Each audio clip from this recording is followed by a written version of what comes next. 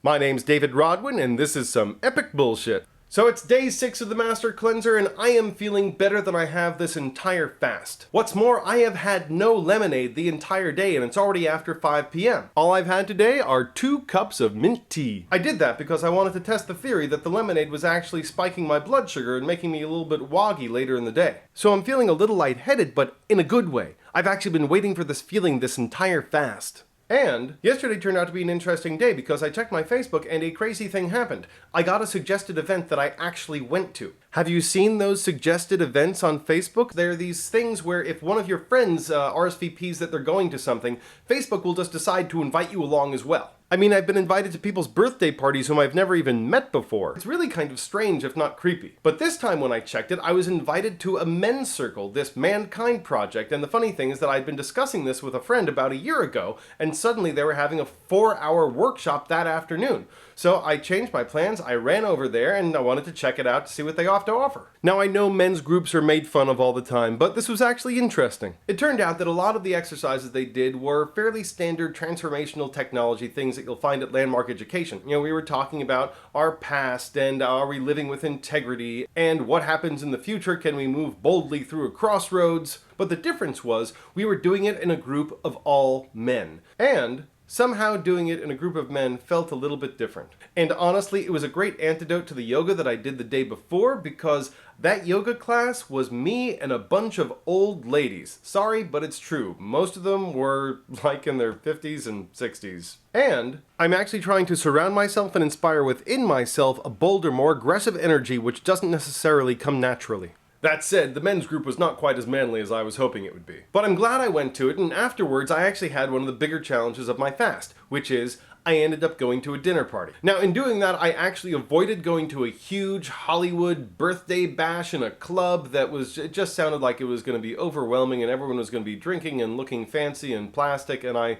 just wasn't up for it. So I was really happy to go to an old friend's house and catch up after not having seen him for a long time, and at first it was just me and his mom and him just hanging out and talking, and it was great. We talked about the fast, we talked about public education in California, really interesting meaty subjects. And as the evening wore along, a few more people joined, but we never had more than 7 or 8 people. But being there in a social environment, it was so hard not to join in and have a glass of wine with them. I really, really wanted to. It looked so good. And they were making these hamburgers and grilled vegetables. The smells were driving me crazy. I love barbecue so much. The smell of grilled flesh is just intoxicating. It also holds so many memories of childhood and summertime. And the host made these homemade old fashions with real rye whiskey, and I literally went around the entire evening saying, "Hey, can I smell your glass?" It sounded creepy at first, but it became funny by the end. And tonight I am facing an equal, if not larger, challenge where I'm going to a much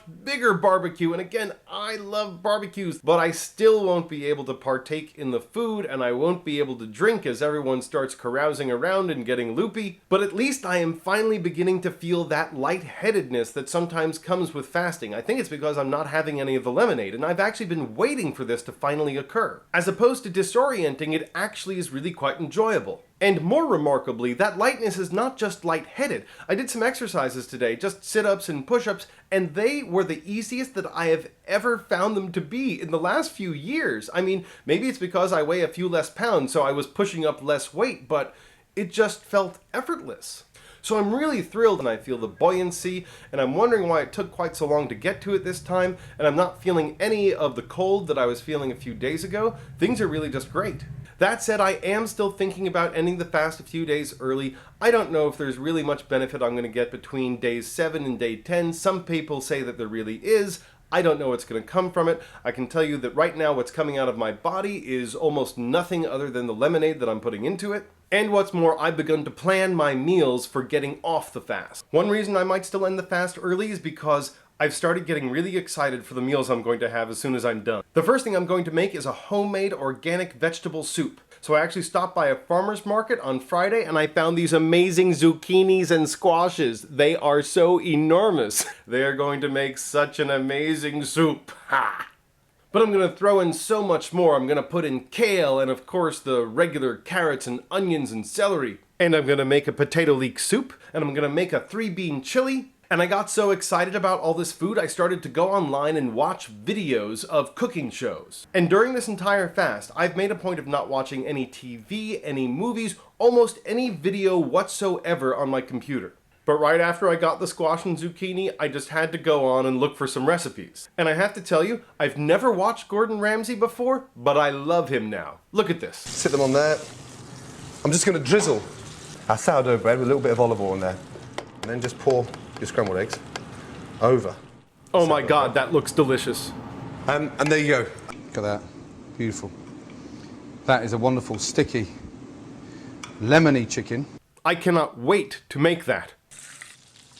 On top of the potatoes. There are so many of these videos, and he is so great, and this food looks so delectable. It's crispy, and that skin is really delicious.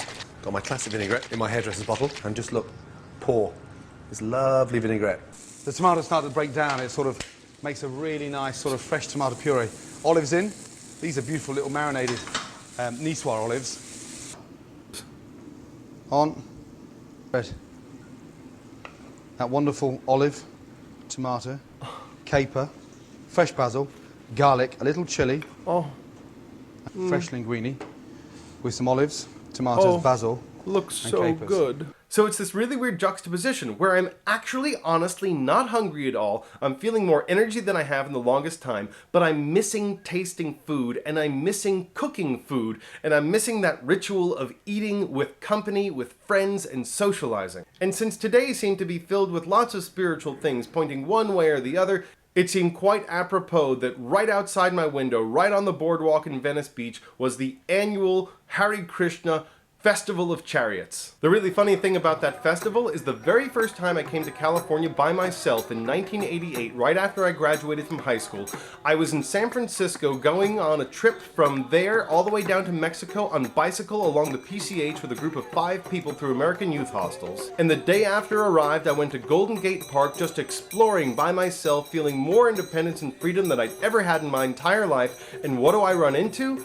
The Festival of Chariots, which is a crazy festival if you've never been to it before. It's a parade like no other. They have these floats, they have these chariots, and in San Francisco, for some reason, they had all these black Mercedes that made it feel very culty. But it's a whole big celebration, and it's literally 100 yards out my window, so I decided to go out and wander around. And with that, I'm off to a barbecue.